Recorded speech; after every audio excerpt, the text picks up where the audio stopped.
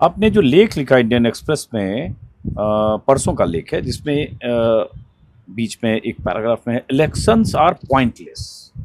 तो एक बहुत बड़ा स्टेटमेंट आप दे रहे हैं जब आप कहते हैं इलेक्शंस आर पॉइंटलेस, इलेक्शन का कोई मतलब नहीं है।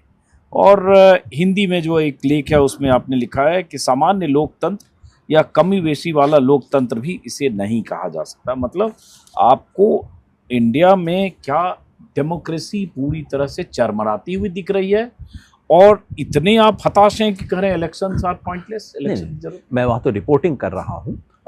इलेक्शंस बिल्कुल पॉइंटलेस हो गए हैं, ये बात सच नहीं है ना। वहाँ तो मैं कह रहा हूँ कि अब ऐसे लोगों को लगना महसूस शुरू हुआ है, और कुछ लोग कह रहे हैं कि अब तो चुनाव बायकॉट की नौबत आ गई है।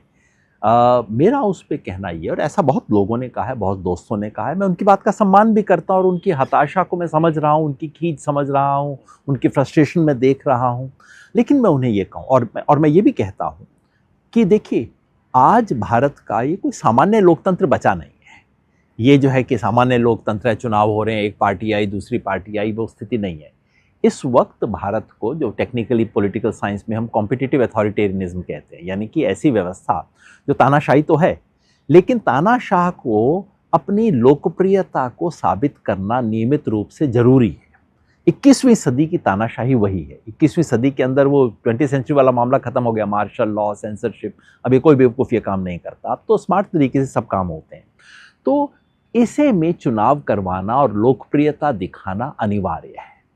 उस मजबूरी के चलते इस वक्त चुनाव किए जा रहे हैं, और ये जितने भी चुनाव हो रहे हैं, ये मूलतः कम से कम बीजेपी की दृष्टि में ये लोकप्रियता साबित करने का एक तरीका है, जिससे ये हो सके कि हाँ, बाकी हम सारा कुछ डिक्टेटरशिप का काम करेंगे, लेकिन चुनाव में हम साबित कर देंगे जनता हमारे साथ है, जनता जनार्दन का विश्वास हमें हासिल है, इत्यादि ये बात करते रहेंगे। और ये करने के लिए जितना न्यूनतम चुनाव में फेयरनेस की ज़रूरत है, उतनी न्यूनतम ही की जाएगी, उससे अधिक बिल्कुल नहीं की जाएगी। तो इसमें कोई शक नहीं है कि चुनाव एक तरफा हो रहे हैं। चुनाव आयोग जिस तरह के काम कर रहा है, अंपायर काहे को बचा, अब तो प्लेयर है ये तो चुनाव आयोग। इस सब के बावजूद चूंकि ये कंपल्शन है कि दिखाना है कि जनता हमारे साथ है, इसलिए इतना तो आपको छोड़ना पड़ेगा, दिखाना पड़ेगा कि हम ठीक से इलेक्शन करवा रहे हैं। इसके बीच में एक गुंजाइश है। तो इससे पहले कि हम कहें कि अब कोई गुंजाइश नहीं बची, हमें दो चीज़ों का उत्तर ढूंढना होगा। पहला ये कि क्या ऑपोजिशन जो कुछ कर सकता था वो कर चुका है। हमने जो अब तक बात की है उसमें स्पष्ट है कि नहीं, अभी बहुत कुछ है जो किया जा सकता है, जो ऑपोजिशन नहीं किया है। और उससे पहले कह देना कि बस भाई अब और कुछ नहीं हो सकता, कहीं ना कहीं अपनी कमी को ढकने की भी कोशिश है। और दूसरा सवाल जो बहुत संवेदनशील सवाल है वो ये कि क्या हम आश्वस्त हैं कि जनता ने तो वोट कहीं और दिया था, इलेक्शन का रिजल्ट कुछ और दिखा रहा है, जिससे हमारी बात शुरू हुई थी। अगर आप मुझसे पूछेंगे तो ये बात मुझे आज भी लगती है कि नहीं यार, कुछ तो स्टीरॉयड लगाया है, कुछ तो इसमें है, पैडिंग है, जो मतलब एक्सप्लेन नहीं हो रही है। लेकिन कुल मिला के इधर झुका था कि इधर झुका था, झुका तो था। मतलब ये यूं था या मतलब यूं था। जीतते ऐसे भी, चाहे 140-50 से जीतते, 200 पार कर गए तो कोई संदेह है? जी जी बिल्कुल। तो और अगर नजदीक का इलेक्शन होता जैसा कि हरियाणा में हुआ था, तो वहां तो इधर का उधर भी हो सकता है इसके अंदर। तो ये तो इसलिए मैं कह रहा हूं, बिहार चुनाव से केवल ये निष्कर्ष निकाल लेना कि भाई मामला यूं था और चुनाव आयोग ने कुछ ऐसा किया कि पलट गया, शायद ये सही नहीं है। अभी जल्दबाजी है, और खास तौर और पे ये मानकर आप अपनी कमजोरियों पर पर्दा डालना या कमजोरी को न स्वीकार करना भी है। दोनों तरह की कमजोरी, विपक्षी दलों की कमजोरी और मेरी आपकी भी। तो इस देश के लोकतंत्र को बचाना और देश को मेरी बचाना। क्यों कमजोरी सर? मैं रिपोर्टर हूं, मैंने रिपोर्ट किया। मैं क्या एक्टिविस्ट नहीं हूं, मैं थोड़ा सा क्या इस देश के हर रिपोर्टर ने वो काम किया जो हाँ, आपने अब किया? आप अगर क्या ऐसी इस देश के सारे मीडिया ने वो काम किया जो उसे करना चाहिए था? क्या इस देश के हर वकील ने वो काम किया? क्या इस देश के हर अध्यापक ने वो काम किया? क्या इस देश के हर साधारण व्यक्ति ने, जो शाम को आधा घंटा बैठ के व्हाट्सएप के ऊपर अपने कॉलेज के पुराने ग्रुप में गपशप करता है, क्या उसने पलट के कहा कि यार ऐसी झूठ तो मत परसो, क्या कर रहे हो तुम लोग? तो हम कहीं ना कहीं अपना पाप भी ढक रहे हैं, अपनी अकर्मण्यता और जो राजनीतिक दलों की कमजोरी है, विपक्ष के राजनीतिक दलों की कमजोरी को ढकने की कोशिश नहीं करनी चाहिए। देश के जन आंदोलनों की जो कमजोरी है, जो काम बीजेपी के लिए आरएसएस करती है, वो काम विपक्ष के लिए जन आंदोलनों को करना पड़ेगा ना। उसकी कमजोरी को नहीं ढकना चाहिए और इस देश के आम नागरिक की कमजोरी के चलते जो ये सब हो रहा है उसे भी नहीं ढकना चाहिए। तो मैं समझता हूँ हमने बातचीत निराशा के कर्तव्य से शुरू की थी, तो हर निराशा के नीचे एक कर्तव्य होता है। ये क्यों नहीं हुआ कि पीछे है मैंने ये क्यों नहीं किया। मैं समझता हूँ कि अभी हम बजाय इसके कि हम इस निष्कर्ष पे तुरंत पहुंच जाएं, नहीं अब तो चुनाव का बायकॉट करने का वक्त आ गया और बायकॉट भी तुम करो, मैं तुम्हें कहता हूं कि तुम जाके बायकॉट करो, तो मैं तब भी कुछ नहीं करूंगा, ये नहीं है। तो आप बायकॉट के पक्ष में हैं कि चुनाव का बायकॉट होना चाहिए? मैं बहुत सारे लोग ये थ्योरी देने लगते हैं। मैं समझता हूं अभी हम इस बिंदु पे नहीं पहुंचे हैं। मैं मानता हूं कि हम जिस दिशा में जा रहे हैं वो हो सकता है, मेरी आशंका है, मेरा डर है और मेरी कामना रहती है कि वो दिन ना आए कि कभी ये स्थिति आ सकती है।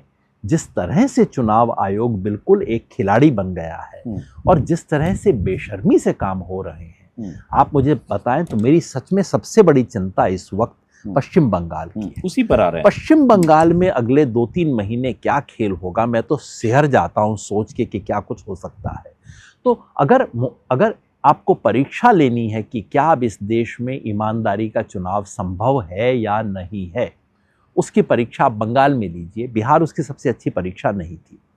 अगर आपको उस प्रमाण का इंतजार है कि लोगों ने वोट तो इस तरफ दिया, चुनाव का परिणाम कुछ और आ गया, उसके लिए बिहार सबसे अच्छा प्रमाण नहीं था। हरियाणा उसका कहीं बेहतर था उदाहरण, हो सकता है महाराष्ट्र रहा हो, मुझे तो उससे पहले मध्य प्रदेश भी लगा था कि कुछ हुआ था।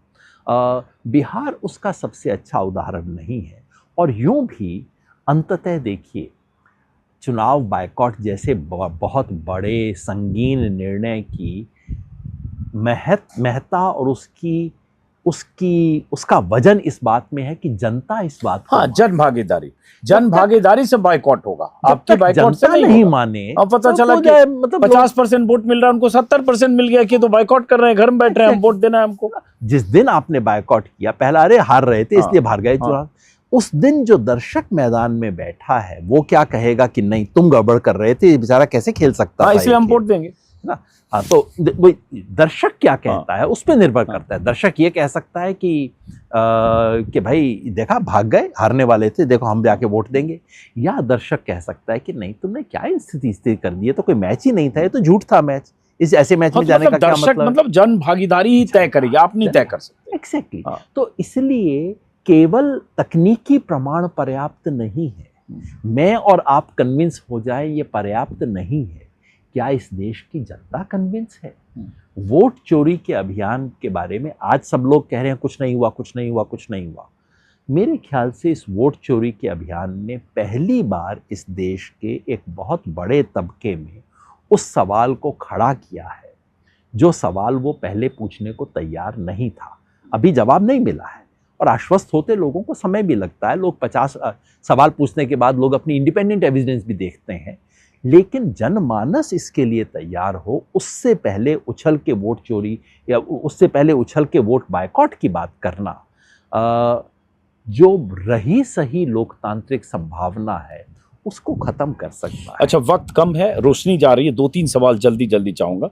एक तो ये कि क्या ऐसी स्थिति देश में आ गई है कि ठीक है बीजेपी को झटका लगा, लोकसभा चुनाव में 240 सीटें मिली, लेकिन उसके बाद से जो चुनाव हुए विधानसभा में महाराष्ट्र से लेकर अभी बिहार तक बीजेपी को जबरदस्त कामयाबी मिली, कह सकते हैं अप्रत्याशित भी।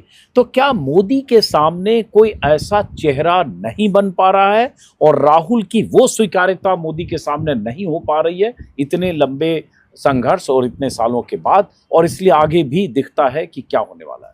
लोकसभा चुनाव को मोदी जी पर वर्डिक्ट माना जाए वो समझ आता है, लेकिन महाराष्ट्र के चुनाव को और बिहार के चुनाव को खासतौर पे मोदी जी पे वर्डिक्ट माना जाए मुझे तो कोई कारण नजर नहीं आता। नीतीश कुमार बोलते कम हैं, लेकिन अगर वो छाती ठोक के कहते कि मेरी विजय है तो उसमें तो कहीं दम होता। तो इसे केवल मोदी जी की विजय मान लेना मैं तो नहीं मानता, और मैं ये भी नहीं मानता कि बीजेपी लगातार विजय के पथ पर अग्रसर है। हाँ, ये बात जरूर है कि हरियाणा और महाराष्ट्र में जो झटका लगा, क्योंकि वो पलट गया था खेल, वो बड़ा झटका था। बिहार का झटका अभी भी कम है, चर्चा उस पर ज़्यादा हो रही है क्योंकि वो पलटा नहीं है। जो 8% था वो 9% का फासला हो गया है। बिहार और महाराष्ट्र में बिल्कुल, महाराष्ट्र में जो हुआ वो तो बहुत ही बड़ी उतना सरलीकरण भी करना शायद ठीक नहीं हुआ। 8-9% कर रहे हैं, लेकिन 2010 की स्थिति लगभग हो गई, 25 पर आरजेडी आ गई। तब 5 साल का नीतीश का राज था और 15 साल का बैगेज था, तुरंत का मेमोरी थी तुरंत की 2005 के पहले की। अब हो गया 20 साल और वोटर इतने हो गए, 20, 22, 23 साल के वोटर जिनके पास कोई मेमोरी नहीं है 5 के पहले की। तो अब 20 साल के शासन के बाद कोई एंटी इनकम्बेंसी ना होना और 2005 जैसे रिजल्ट हो जाना विपक्ष शायद वो पुरानी साइकोलॉजिकल ट्रेनिंग के कारण मेरे मन में केवल वोट ही टिकता है, सीट टिकती नहीं है। सीट की बात भी कर रहा हूं सीट, क्योंकि एक सामान्यतः हम देखते हैं तो सीट देखते हैं और उसका झटका बहुत बड़ा है। फिर भी मैं कहूँगा जो हरियाणा और महाराष्ट्र में हुआ था वो लोकसभा के वर्डिक्ट को पलट दिया गया था, और उसके माध्यम से बीजेपी ने जो 2024 का झटका था उस झटके को लगभग न्यूट्रलाइज कर निकल गए उस झटके से। उस झटके से निकल गए क्योंकि उनका इकबाल खत्म हो गया था मोदी जी का, है ना। तो बीजेपी ने उसको न्यूट्रलाइज कर लिया है। पूरे देश के लिए अगर सबक मिलेगा, अगर हमें ये देखना है कि भाई क्या इस देश में अब ईमानदार चुनाव संभव हैं, तो मैं आप सबको कहूँगा बंगाल का चुनाव ध्यान से देखिए, आखिर तक क्या होता है उसे देखिए। और दूसरा, अगर प्रश्न ये है कि देश का मूड क्या है, तो आपको इन चारों से पता नहीं लगेगा। तो बंगाल का क्या अंदेशा है बंगाल को लेकर आपको? अंदेशा ये है, देखिए पिछली बार भी बाकायदा सिक्योरिटी फोर्सेस को इस्तेमाल किया गया था बंगाल में। मेरे 3-4 अंदेशे हैं। नंबर 1, SIR का सारा खेल बंगाल के लिए किया गया। बिहार उसका प्रिंसिपल टारगेट था नहीं, बिहार तो ट्रायल रन था। बंगाल में बड़े पैमाने पर TMC के वोट काटने की तैयारी है, और क्योंकि TMC के वोटर का एक सिग्निफिकेंट हिस्सा मुसलमान है और चूंकि ये बॉर्डर का इलाका है, उसका फ़ायदा उठाकर उसे काटने की तैयारी है। क्योंकि खेल सारा वही है। आपने विचित्र चीज़ देखी होगी, असम का ऑर्डर कल आया है।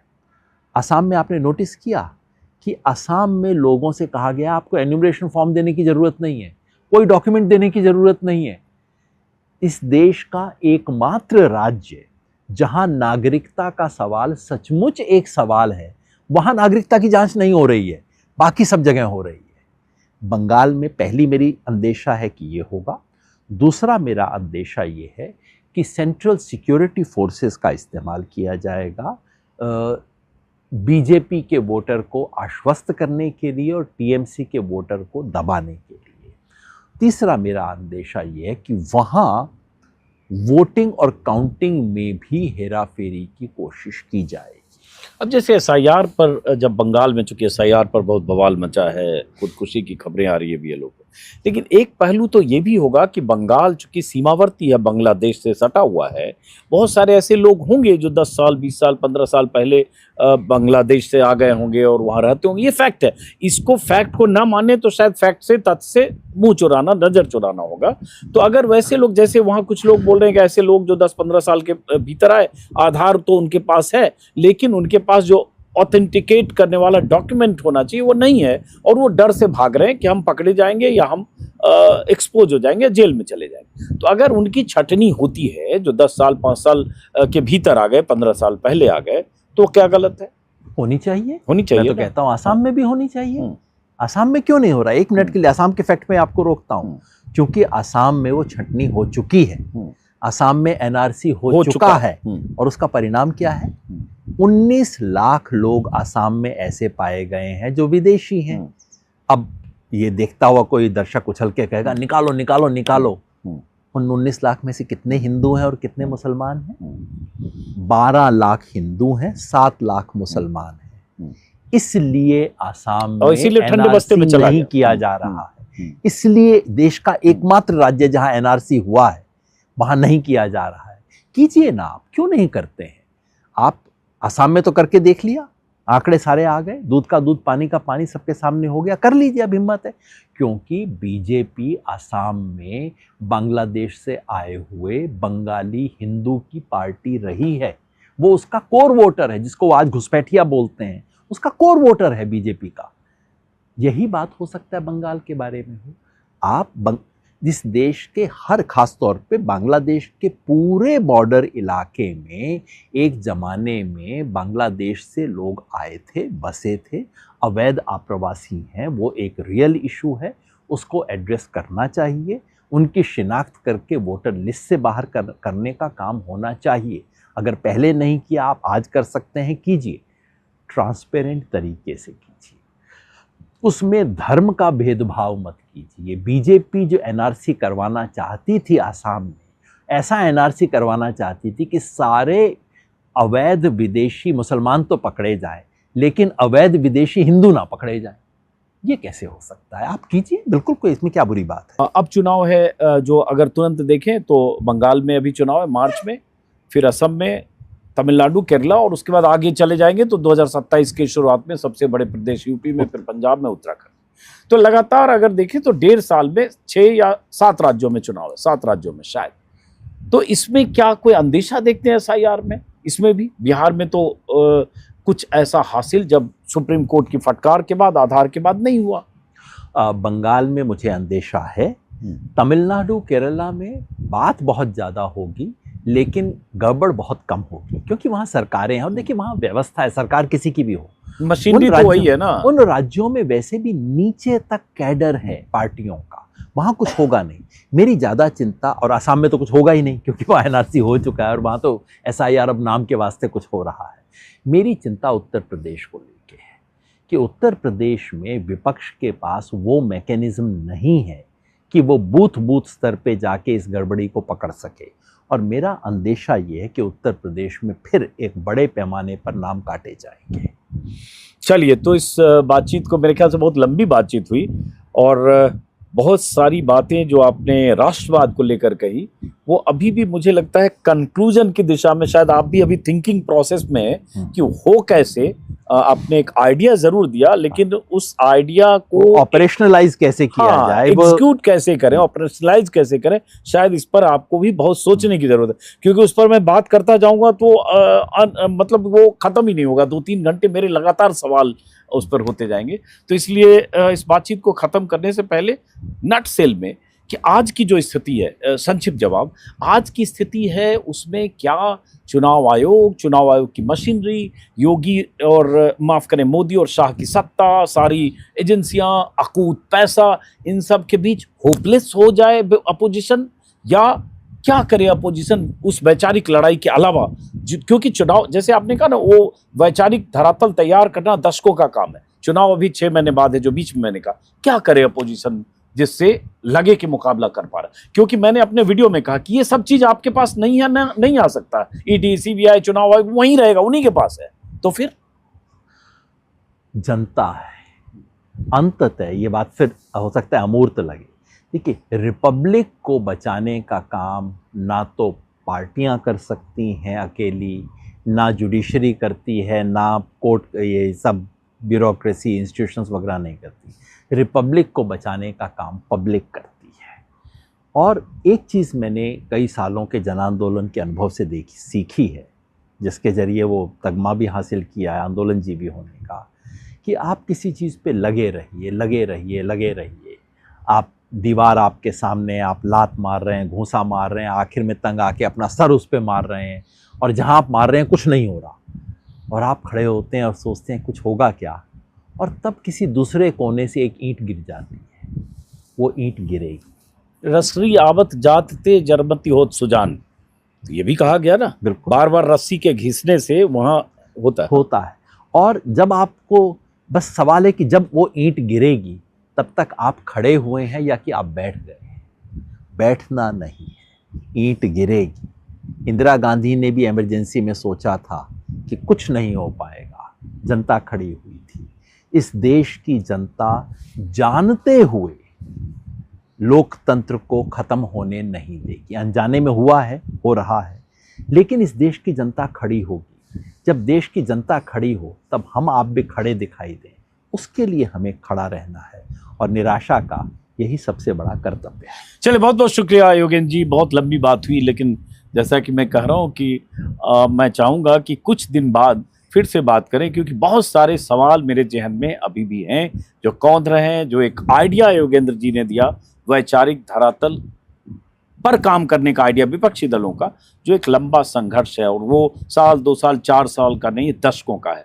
लेकिन क्या कभी वो वक्त आएगा कि वो वैकल्पिक विचारधारा, या वो विचारधारा जो बीजेपी की विचारधारा को काउंटर कर सके, या वो नैरेटिव जो नैरेटिव बीजेपी के नैरेटिव की काट के तौर पर इस देश में विकसित हो सके? क्या वो दिन आएगा, कब आएगा?